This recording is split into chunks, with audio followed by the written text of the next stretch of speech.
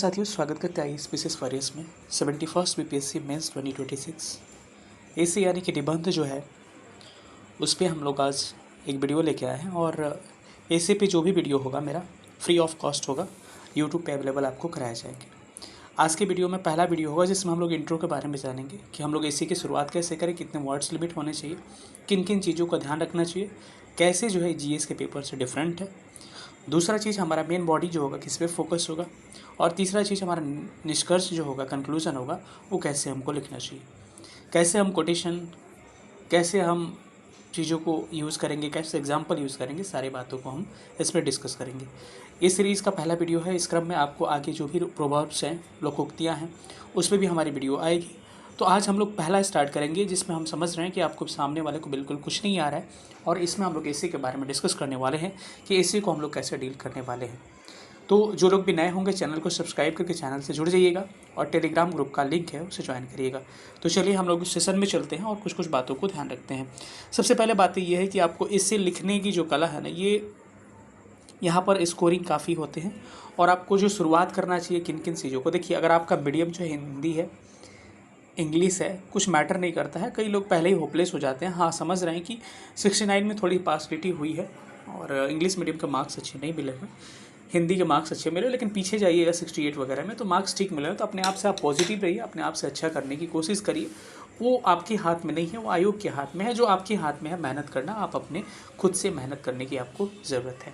ठीक है, तो इन चीज़ों पर आपको ध्यान रखना है। फिर से मैं बता दूं कि हम लोग भी आपको एसी के लिए या फिर आपके GS1 GS2 के लिए एक बैच है जो टेस्ट सीरीज़ का बैच है। लेकिन एक बात ध्यान रखिए, आप केवल वीडियोस के माध्यम से हर चीज़ों को नहीं समझ सकते हैं और क्लासेस के माध्यम से। तो मैं कह रहा हूँ कि जो भी मेरे सेशंस होंगे यूट्यूब पे फ्री ऑफ कॉस्ट हम आपको प्रोवाइड करवाएंगे। लेकिन इस सेशन के साथ आप चाहते हैं कि इसका एसी का जो नोट्स अवेलेबल हो जाए, उसके लिए आपको क्या करना होगा।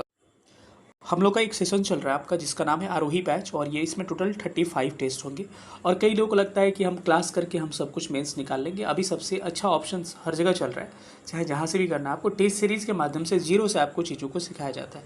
इस क्रम में इसमें वीडियो तो इंक्लूडेड नहीं है, लेकिन फ्री ऑफ कॉस्ट में आपको वीडियो अच्छे खासे प्रोवाइड करवा दूंगा, जैसे कि एसे का 4-5-6 वीडियो, ताकि आपका एसे का एक बेस बन जाए। और साथ में हम लोग नोट्स प्रोवाइड करते रहेंगे, तो आपको परेशानी एसे में नहीं होगी।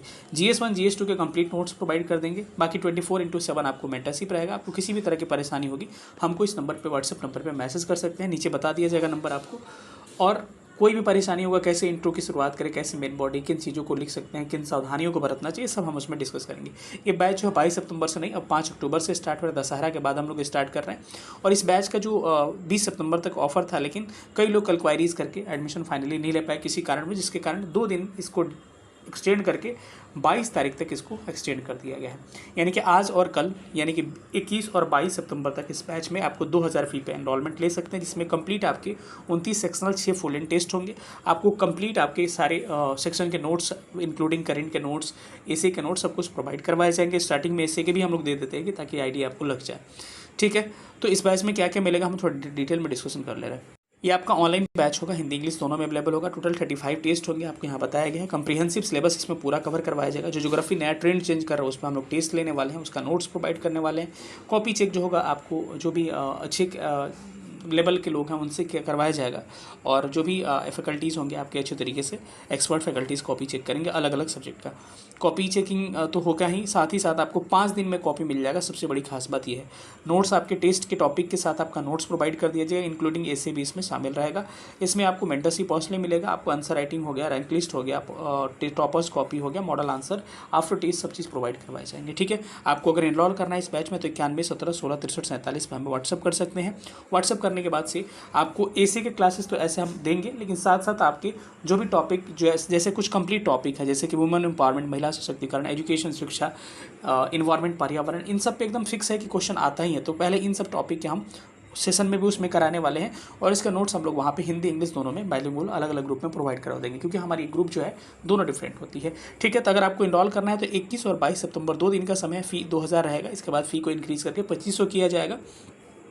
तो इस पे एनरोलमेंट के लिए 9117166327 पर आपको व्हाट्सएप करना पड़ेगा। जो भी है चीज़ें आप इंक्वायरी कर सकते हैं। बाकी कॉपी चेकिंग प्रोसेस वगैरह हर चीज़ आप चाहें तो हमसे देख सकते हैं लेके, ठीक है। जो भी है ट्रांसपेरेंट है चीज़ें, कुछ छुपाने वाले नहीं है। आपको हमारे बारे में पता है, घुमा फिरा के हमको बातें करनी नहीं आती है, ठीक है। लेकिन इसमें क्लासेस इंक्लूडेड नहीं है, लेकिन उसी में आपको फ्री ऑफ कॉस्ट में लगभग GS1 के GS2 के ऐसे कि इतने वीडियोज़ में free of cost he provide करवा दूंगा कि आपकी अच्छी खासी प्रिपरेशन उसी से हो जाएगी। बाकी नोट से आपको अच्छी खासी चीज़ें सीख जाइएगा, ठीक है। आपको किसी तरह की परेशानी नहीं होगी। आप बिगनर्स हैं तब भी या फिर आप पुराने हैं तब भी किसी तरह की परेशानी नहीं होने वाली। चलिए हम लोग अपने सेशन को स्टार्ट करते हैं और ऐसे में किन किन चीज़ों को हम फोकस करेंगे सारे को डिटेल पे देखते हैं। चलिए आइए अपने सेशन पे चलते। एसी जो है ना, एसी और जीएस में अंतर ये है कि जीएस के जो डायमेंशन पूछा जाएगा, माने कि आर्थिक प्रभाव पूछ रहा है, सामाजिक प्रभाव पूछ रहा है, केवल सोशियो पूछ रहा है तो सोशियो को खोलना है।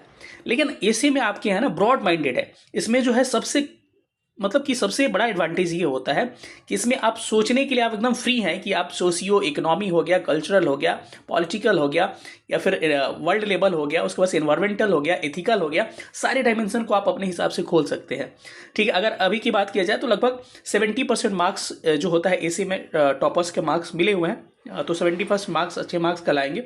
लेकिन हाँ, अगर 160 से नीचे जाते हैं तो आपको क्या होगा, डिसएडवांटेज होगा और आपका रिजल्ट रुक सकता है, ठीक है। तो इसीलिए ऐसे में अच्छा करने की कोशिश करिए। मीडियम मायने नहीं रखता, इस बार इंग्लिश मीडियम का मार्क्स कम आए, लेकिन जरूरी नहीं कि हर बार ऐसे होंगे। 68 में हर चीज बैलेंस था, ठीक है। चलिए अब किन सावधानियों को बरतना है ये ध्यान रखना है। सबसे पहले तो 700 से 800 वर्ड्स में आपके इसे लिखना है, क्योंकि यूपीएससी में 1200 वर्ड्स होते हैं, तो दोनों का जो है मॉडल दोनों का अलग होगा, ठीक है। सबसे पहले टेस्ट टॉपिक होगा उसका सिलेक्शन सबसे बड़ा चीज होगा, क्योंकि आपके सेक्शन 1 में, सेक्शन 2 में, सेक्शन 3 में 4 क्वेश्चन पूछे जाते हैं और उसमें से एक आपको अटेम्प्ट करना पड़ता है हर सेक्शन से। यानी कि 3 question 100 marks, 1 question 700 to 800 words में आपको क्या करने होते हैं, रिस्पॉन्स करने होते हैं, उसके आंसर देने होते हैं। अब आपके टॉपिक सिलेक्शन कभी भी आप ध्यान रखिएगा कि कभी भी जैसे लोग जीएस में कहते हैं ना कि थोड़ा सा अटपटांग टाइप का प्रश्न हम सेलेक्ट करेंगे, सपोज करिए महिला सशक्तिकरण पे आया है, वुमेन एम्पावरमेंट पे आया है, तो ये जरूरी नहीं है कि आप थोड़ा सा हट के सोचिए, टफ टॉपिक लीजिए, नहीं। ये अपने पाँव पे कुल्हाड़ी मारने के बराबर है। ऐसा भी हो सकता है कि एवरेज से थोड़ा सा अच्छा मार्किंग इसमें हो सकता था, दूसरा टॉपिक को समझा नहीं पाइएगा तो उसमें मार्क्स क्या हो जाएंगे आपके, काफ़ी कम होंगे और रिजल्ट रुक सकता है। तो कभी भी टेस्ट जो टॉपिक होगा, टॉपिक सिलेक्शन सही से करिएगा और जो पॉपुलर टॉपिक्स है उसको सेलेक्ट करिएगा, उस पर आप अच्छा कर सकते हैं, या फिर जिस पे आपको कमांड होगा उस पर कर सकते हैं। कभी भी एसी में आपको हेडिंग्स नहीं देना है। लिखता है ना कि आर्थिक कारण, जैसे जीएस में हम लोग लिखते हैं, ये सब नहीं लिखना है, आर्थिक लिख के इसका उसके बाद से 2-4 चीज और इस सावधानियां पहले बता रहा हूं, तब जाके डिटेल में हम इसमें एनालिसिस करेंगे। फ्लो चार्ट आपको नहीं बनाने हैं, ऐसे ऐसे करके जो जीएस में आप फ्लो चार्ट बनाते हैं, इस बात का ध्यान रखना है। ये डायग्राम्स नहीं बनाने हैं, मैप नहीं डालने हैं, बुलेट पॉइंट्स नहीं लिखना है, ये ध्यान रखिएगा, ठीक है।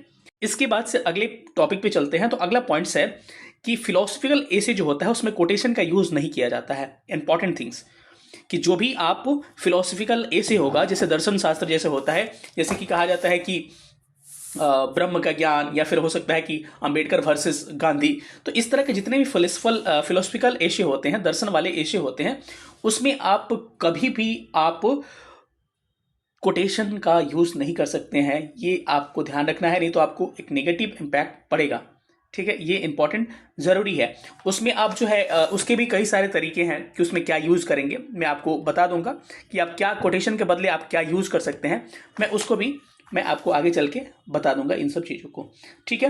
तो आप उसमें जो है, अब आते हैं अगले टॉपिक पे। 2-3 पैरा एक पेज में आप कोशिश करिए लिखने का, कम भी चलेगा, लेकिन ज्यादा पैराज भी नहीं होने चाहिए एक पेज में, यानी कि 5-6 पैराज नहीं, ये दिक्कत कर जाएगा, क्योंकि ऐसे नहीं वो फ्लो टूट जाएगा 5-6 पैरा में, ठीक है। इस बात को ध्यान रखिएगा। कभी भी इंग्लिश लिख रहे हैं तो बिटवीन ऐसे मत लिखिएगा, गवर्नमेंट ऐसे अगर आदत है तो इसको आदत को सुधार लीजिए, काफी हानिकारक हो सकता है आपके लिए। अगला है due to respect PM, CM, finance minister, इनका कभी भी लगाइए तो हिंदी में श्रीमती ये सब लगा के श्रीमान ऐसे करके लिखिएगा, क्योंकि रिस्पेक्टिव ये क्या है, पोजीशंस है, ठीक है। Coherence is not break. Coherence क्या कहते हैं, कोहेरेंस का मतलब होता है कि फ्लो टूटना नहीं चाहिए, मतलब एक टॉपिक को दूसरे टॉपिक से इंटरकनेक्ट होना जरूरी है। ऐसे का सबसे important things is coherence is not break, ठीक है। तो कोहेरेंस कभी टूटना नहीं चाहिए।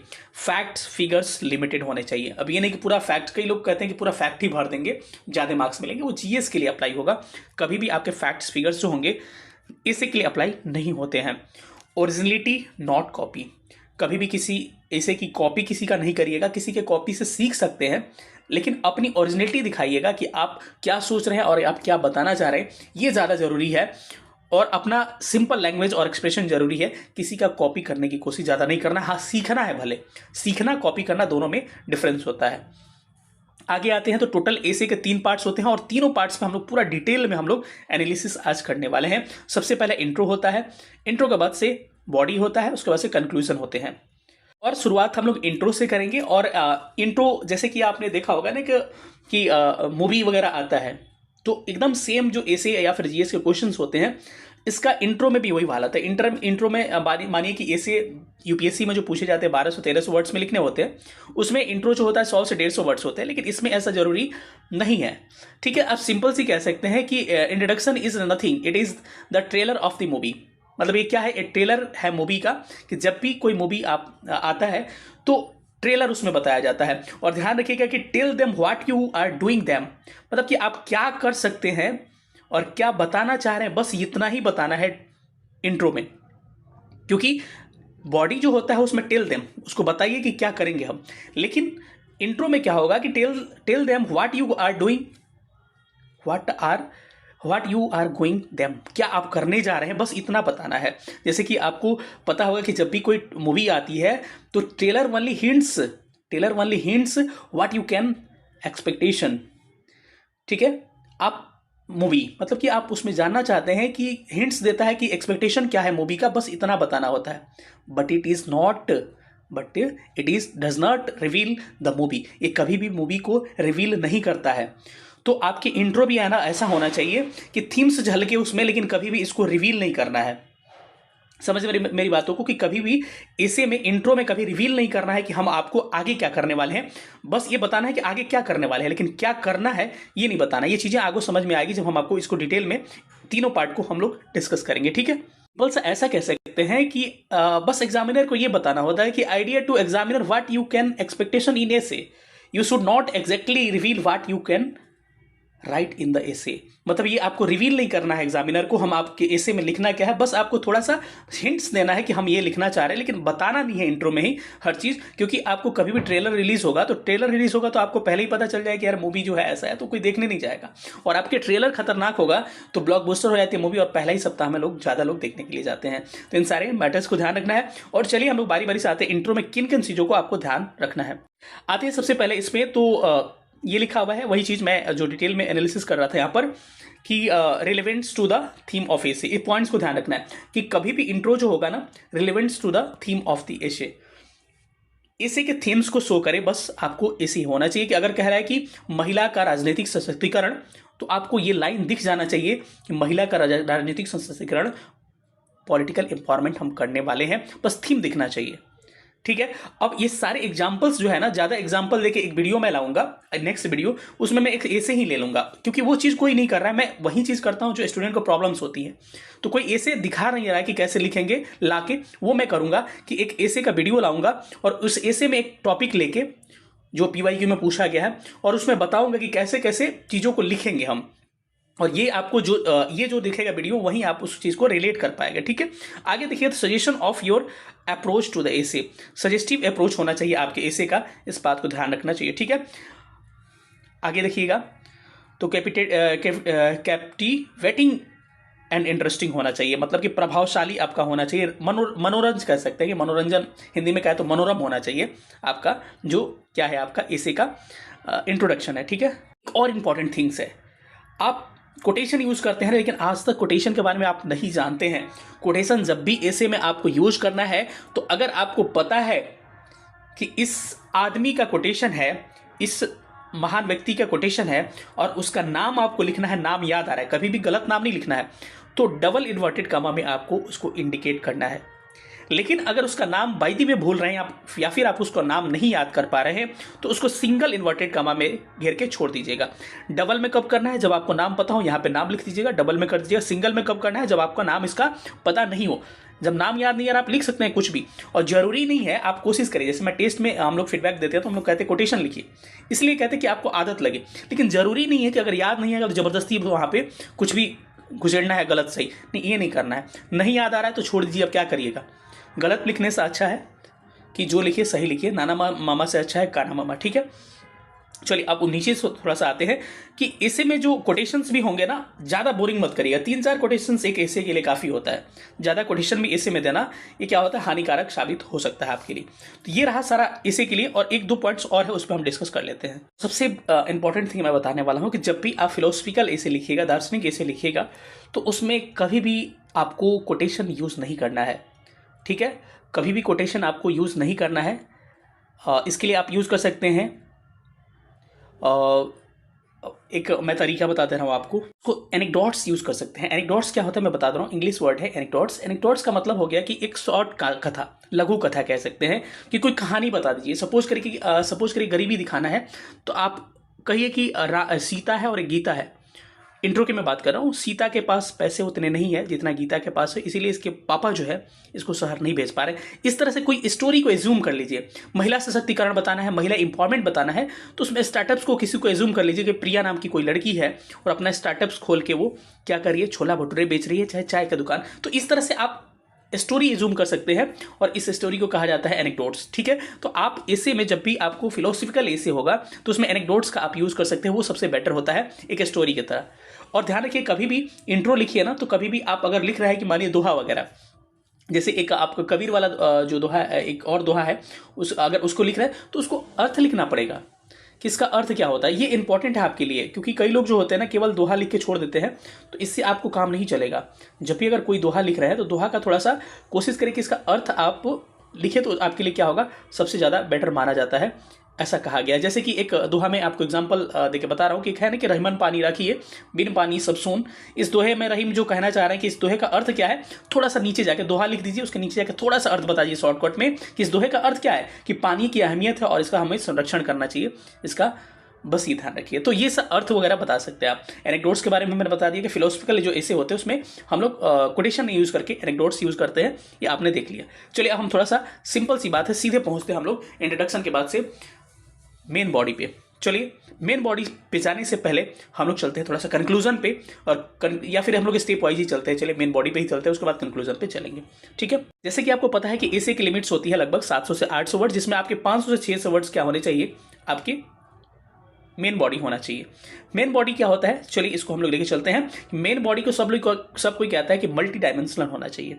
इसमें 7-8 डायमेंशन आपके दिखने चाहिए। मल्टी डायमेंशनल का मतलब हो गया कि आपके अप्रोच जो होंगे ना सारे फील्ड का होना चाहिए। जैसे हिस्टोरिकल अप्रोच हो गया, सोशल अप्रोच हो गया, सोशियो अप्रोच हो गया, पॉलिटिकल अप्रोच हो गया, इकोनॉमिकल अप्रोच हो गया, एथिकल अप्रोच हो गया, कल्चरल हो गया, इन्वायरमेंटल हो गया। हिंदी वाले भी ध्यान रखिए, इतना तो इंग्लिश आपको आता ही होगा। लेकिन इस सारे क्षेत्र को खोलने के लिए आपको उदाहरण के तौर पर देखिएगा, मैं आपको उदाहरण देकर समझा रहा हूं ताकि आपको चीजें समझ में आ जाए। ठीक है, बाकी मैं फिर कह रहा हूं कि अगला वीडियोस लाऊंगा, उसमें आपको एक ऐसे लेके मैं खोल के दिखाऊंगा कि क्योंकि यही कोई नहीं बता रहा कि हिस्टोरिकल क्या हो सकता है, सोशल क्या हो सकता है, पॉलिटिकल क्या हो सकता है, इकोनॉमिकल क्या हो सकता है, इथिकल क्या हो सकता है, कल्चरल और इन्वायरमेंटल क्या हो सकता है। लेकिन फिर भी मैं एक आइडिया बता दूं कि सपोज करिए कि ह्यूमन एम्पावरमेंट पर लिखना है, तो आप बताइए कि प्राचीन काल में कुछ महिलाएं थी जो क्या सशक्त थी, कवित्री वगैरह हुई, उनका एग्जाम्पल दे सकते हैं। उसके बाद मेडिवल हिस्ट्री में आइएगा तो आप देखिए रजिया सुल्तान का एग्जाम्पल। मॉडर्न में कुछ एग्जाम्पल दे सकते हैं कुछ महिलाओं का, वो भी आपका इंपॉर्टेंट हो सकता है। उसके बाद से सोशियो में क्या हो सकता है कि महिलाओं को जो शुरू से समस्याएं आ रही, सती प्रथा, पर्दा प्रथा, ये सारी जो प्रॉब्लम्स आ रही उसको बताइए। पॉलिटिकल क्या हो सकता है और इसको कैसे दूर करेंगे ये भी बताइए। पॉलिटिकल क्या होता है, पॉलिटिकल का मतलब हो गया कि राजनीतिक सशक्तिकरण, मतलब कि महिलाओं को देखिए कि कहीं कहीं आरक्षण, कितना आरक्षण मिल रहा है, नौकरियों में आरक्षण है, उसके बाद से पंचायती राज में आरक्षण है, ये सारी चीज़ें आपको है, तो ये पॉलिटिकल हो गया। ठीक है, या फिर वर्ल्ड लेवल पे भी इसको खोलना हो तो चले जाइए अदर कंट्रीज में, तो वहाँ पे देखिएगा जॉर्जिया मेलोनी हो गया, या फिर कई देश के राष्ट्रपति और प्रधानमंत्री महिलाएं पहली बार बनती है। एग्जाम्पल्स आप यूज कर सकते हैं, एग्जाम्पल्स इंपॉर्टेंट होते हैं। इकोनॉमिकल हो सकता है कि स्टार्टअप्स का एग्जाम्पल ले सकते हैं, कोई स्टार्टअप्स कर रहा है। इथिकल क्या हो गया, इथिकल मतलब कि समाज में ऐसे सुवर्निटी हो गया या फिर इंटीग्रिटी हो गया, समाज की ऐसी चीज़ों को, नैतिकता को दिखा सकते हैं जो महिलाओं के लिए इंपॉर्टेंट है। ठीक है, कल्चरल आपको पता है, सांस्कृतिक महत्व जो महिलाओं को रहा उस पर चले जाएगा। इन्वायरमेंटल आपको पता है, उसके हिसाब से रिकनेक्ट कर लीजिए, क्योंकि इस टॉपिक में हम डिस्कस करेंगे नेक्स्ट वीडियो में, जब एग्जाम्पल लेंगे तब। मल्टी डायमेंशनल हमने 7-8 डायमेंशन आपको बताया, कितना हो गया, 1 2 3 4 5 6 7, लगभग 7 डायमेंशन।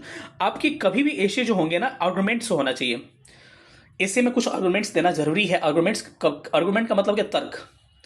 अब कहिए कि इसको सरकार ये कर रही है, सरकार काफी अच्छा प्रयास कर रही है। अरे भाई, अच्छा प्रयास करने से नहीं होगा, सरकार ने क्या प्रयास किया उसका फैक्ट फिगर दीजिए, तब ना आपके तथ्य कि आप क्या हैं, विवेकानंद आप थोड़े हैं, अरस्तु थोड़े हैं कि आपकी बात में मानी जाएगी। तो आप कभी भी फैक्ट्स फिगर्स का आर्गूमेंट देना पड़ेगा और उसको सेटिस्फाइड करना पड़ेगा फैक्ट फिगर से, तभी चीज़ें हो पाएंगी, नहीं तो ऐसे आपको आपके किसी भी बात की वैल्यू नहीं दी जाएगी। ठीक है, चलिए अब नीचे आते हैं और क्या क्या इसमें प्रोस्पेक्टिव होते हैं आपको मैं बता रहा हूँ। ठीक है, यहाँ पे मैंने दिखा है कि आप डायमेंशन में जाइएगा तो डायमेंशन हमने तो 7 पार्ट खोल दिया है, 7-8 पार्ट, लेकिन उसमें एक एक पार्ट में आपके क्या होंगे, प्रोस्पेक्ट्स क्या होंगे, इशूज क्या होंगे, चैलेंजेस क्या होंगे। प्रोस्पेक्ट मतलब कि क्या पॉजिटिव रिजल्ट अभी तक आया है, if you have achieve something, अगर आप कुछ अचीव किए हैं इस सेक्टर में, अगर कोई क्वेश्चन आया है, अगर उस सेक्टर में कुछ गवर्नमेंट ने अचीव किया है तो उस अचीवमेंट को बताइए। जैसे कि हो सकता है डेवलपमेंट ऑनलाइन एजुकेशन, ये क्या है, पॉजिटिव इंपैक्ट है आपका, तो इसको दिखाइए कि डेवलपमेंट ऑनलाइन एजुकेशन क्या है, प्रोस्पेक्ट्स है। ठीक है, ये हो गया। सपोज करिए कि जैसे कि universal health cover, universal health cover का मतलब सबको स्वास्थ्य की सुविधाएं, तो इशूज क्या हो सकता है, इसका एग्जांपल देखिए मैं बता रहा हूँ। इशूज का मतलब एक तरह प्रॉब्लम्स हो गए भी, तो इशूज जो होते दिखते हैं, जैसे डॉक्टर्स की क्या है, कमी है, रूरल अर्बन का डिफरेंस है, जिसके कारण क्या होगी, स्वास्थ्य सुविधाएं, हमको हेल्थ सुविधाएं नहीं मिल पा रही है, इंफ्रास्ट्रक्चर का इशूज है, तो ये सारे इशूज हैं। तो आपके सारे में आपको इशूज दिखाना पड़ेगा, इकोनॉमिकल, आप पॉलिटिकल, सारा इशूज, सब में जाके इशूज को भी आप डिस्कस कर सकते हैं, इशू टाइप का है इसे। तो चैलेंजेस जो आते हैं इसमें, क्या चैलेंजेस है, चैलेंजेस का मतलब हो गया कि पॉलिटिकल विल हो गया, कि मतलब राजनीतिक इच्छा शक्ति की कमी हो सकती है कि इसमें कोई ध्यान नहीं दिया जा रहा होगा। लैक ऑफ गवर्नमेंट हो सकता है कि लैक ऑफ गवर्नमेंट इंटरेस्ट हो सकता है कि गवर्नमेंट इस पर काम नहीं करना चाह रही होगी, मतलब काम करना नहीं चाह रही होगी, ऐसे नहीं लिखना है, मैं एक बात कह रहा हूँ। उसके बाद से एक्सपेंडिचर ऑफ ऑन हेल्थ कह सकते हैं कि एक्सपेंडिचर हेल्थ पे कम किया जा रहा होगा, नॉट अटेंशन ऑन हेल्थ, ये ऐसी भी हो सकता है। तो ये सब क्या है कि प्रोस्पेक्ट्स है, आपके इशूज है, इसके चैलेंजेस कह सकते हैं। ठीक है, चलिए अब हम लोग अगले सेक्टर पे चलते हैं। अब इंपॉर्टेंट थिंग आपका कंक्लूजन। कई लोग कंक्लूजन क्या समझ लेते हैं ना, लोगों को लगता है कंक्लूजन मीन्स क्या, कंक्लूजन मतलब कि समरी। आपको ध्यान रखना है, conclusion is not summary, it is the futuristic vision. Conclusion को कई लोग समरी समझ लेते हैं कि जितना मैंने ऐसे लिखा है ना उसको क्या करें, समराइज करके क्या करें, खत्म करें, ये कंक्लूजन हो गया। नहीं मेरे भाई, मार्क्स नहीं मिलेंगे। कंक्लूजन 50 से 70 शब्दों में, जितना आपका इंट्रो लिखना है लगभग उतना ही रखना है आपको। ये जो है ना, डू नॉट समराइज नहीं करना है। ये क्या है, ये फ्यूचरिस्टिक अप्रोच है, कह सकते हैं वे फॉरवर्ड है, मतलब कि आगे की राह कह सकते हैं, लेकिन आगे की राह लिख के नहीं लिखना है, आपको बताना है। Do not start A fresh argument. ठीक है, लास्ट में जाके कोई नया मुद्दा मत बनाइए आप। ठीक है, न्यू आइडियाज, न्यू कंसेप्ट, ये सब देने की कोशिश मत करिए। Do not have a apologetic tone. कभी भी आप ऑप्लोजेटिक टोन में देखिए, मतलब ये कहने का मतलब, मैं इस मुद्दा का मतलब समझा दे रहा हूँ आपका, कि कभी भी ऑप्टिमिस्टिक होना चाहिए। ऑप्टिमिस्टिक का मतलब हिंदी में कह सकते हैं आशावादी होना चाहिए, कि लगे कि हाँ सुधार संभव है। विजनरी होना चाहिए, जो दिखे हमको ये चीज़ें क्या हो सकती है। फ्यूचरिस्टिक होना चाहिए, जो फ्यूचर में फायदा है। इस तरह का कंक्लूजन आपका होना चाहिए वे फॉरवर्ड में। ठीक है, जैसे कि मैं एक एग्जांपल लेके आपको समझा दे रहा हूँ कि वायलेंस अगेंस्ट वुमेन्स अगर आ गया, ठीक है, तो इसका वे फॉरवर्ड क्या हो सकता है। देखिए, वे फॉरवर्ड कभी भी ना 2 वे में हो सकते हैं। एक तो हो सकता है शॉर्ट टर्म गोल, और एक ये हो सकता है लॉन्ग टर्म। शॉर्ट टर्म में मैं कितना अच्छा एग्जांपल देकर समझा रहा हूँ, सुनिए किस तरह से कंक्लूजन कई तरह से आप लिख सकते हैं। ये आपका पता है माइंड ब्रॉड करेगा, आपको एक लेक्चर में ऐसा लगेगा कि आप अच्छा खासा लिख लीजिएगा और आगे का 1-2 सेशन लाएंगे तो आप इसमें गदगद हो जाइएगा। ठीक है, तो शॉर्ट टर्म में क्या हो सकता है कि प्रॉपर पेट्रोलिंग नाइट। भाई ये तो कम समय में कर सकते हैं ना, कि जल्दी ये किया जा सकता है अप्लाई। जैसे शॉर्ट टर्म का मतलब कि जल्दी अप्लाई कर सकते हैं कि पुलिस का पेट्रोलिंग लगा दीजिए ना जल्दी से जल्दी, ताकि क्या हो, महिलाओं को वायलेंस है या फिर प्रॉब्लम्स जो आ रही हैं उसको दूर किया जा सके। दूसरा हो सकता है कि महिला पुलिस स्टेशन का एस्टेब्लिशमेंट कर सकते हैं, ये भी क्या है, शॉर्ट टर्म है, जल्दी किया जा सकता है। फिर हो गया एस्टेबलाइज्ड महिला, एक मोहल्ला कमेटी हो गया, ये बड़ा चर्चा में, एस्टेबलाइज मोहल्ला कमिटीज़, इसको बना सकते हैं। सेल्फ डिफेंस आप सिखा सकते हैं कि महिलाएं अपने आप को आत्मरक्षा कैसे कर सकती हैं। तो ये क्या हो गया, सारे शॉर्ट टर्म अप्रोच हो जाएंगे वे फॉरवर्ड में। ये सारा निष्कर्ष की मैं बात कर रहा हूं, कंक्लूजन की। अगर लॉन्ग टर्म की बात किया जाए तो लॉन्ग टर्म में क्या हो सकता है कि जेंडर सेंसिटाइजेशन हो सकता है, कि जेंडर को क्या कर सकते हैं, इसको खत्म करने की हम लोग बात कर सकते हैं। मोरल एजुकेशन हो सकता है कि स्कूलों में क्या, क्योंकि ये जल्दी खत्म नहीं ना होगा भाई, ये खत्म किया जा सकता है। स्कूलों में एजुकेशन देना है, अगर मोरल एजुकेशन देना है कि महिलाओं के साथ ऐसा होना चाहिए वैसा, तो आज एजुकेशन दे के आएगी तो जरूरी नहीं आज ही अप्लाई हो जाएगी, लॉन्ग टर्म होगा। ठीक है, तो एक तो अप्रोच हो गया शॉर्ट टर्म, लॉन्ग टर्म पे आप क्या कर सकते हैं, अपना वे फॉरवर्ड लिख सकते हैं। और एक बहुत ही बेहतरीन तरीका मैं बता रहा हूं, और इसके बाद एक और तरीका बताऊंगा, कोई आप इसमें से यूज कर सकते हैं, या तो ऊपर वाला कर सकते हैं या फिर ये कर सकते हैं। एक इंडिविजुअल लेवल पे रखिए, डायग्राम नहीं बनाना है, मैं समझाने के लिए कर रहा हूँ। एक रखिए आपको सोसाइटी लेवल पे, एक रखिए नेशनल लेवल पे, और एक रखिए क्या, इंटरनेशनल लेवल पे।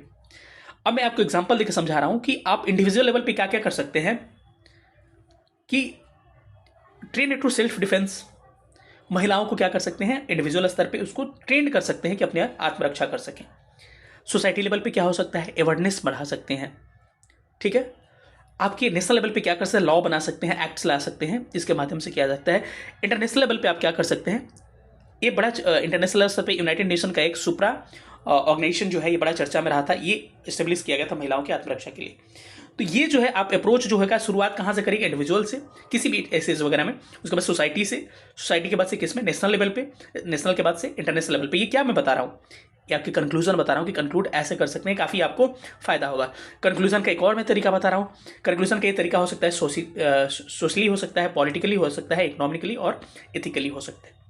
सोशली का मतलब हो गया कि अब बताइए कि एजुकेशन का अवेयरनेस बढ़ाइए समाज में, स्ट्रीट प्लेस करा के, मतलब कि नुक्कड़ नाटक वगैरह करा के आप बताइए कि हाँ समाज में हम ऐसे इनको क्या कर सकते हैं, इनको सुझाव दे सकते हैं ठीक करने का। पॉलिटिकल क्या हो सकता है कि पॉलिटिकल रिप्रेजेंटेशन बढ़ा सकते हैं, जैसे कि पॉलिटिकल रिप्रेजेंटेशन मतलब समझ ही सकते हैं कि महिलाओं को राजनीति में आरक्षण वगैरह जो लगातार बढ़ रहा है उसकी बातें मैं कर रहा हूँ। इकोनॉमिकल का मतलब फाइनेंशियल इंडिपेंडेंट कह सकते हैं, मतलब स्टार्टअप्स वगैरह हो गया। और इथिकल मतलब समझ गया कि इंटीग्रिटी सोवरेनिटी, मतलब कि आप कह सकते हैं कि उनको समाज में एक तरह से नैतिक शिक्षा लोगों को देके, इस तरह से हम कर सकते हैं। तो ऐसे का कंक्लूजन आप ऐसे कंक्लूड कर सकते हैं।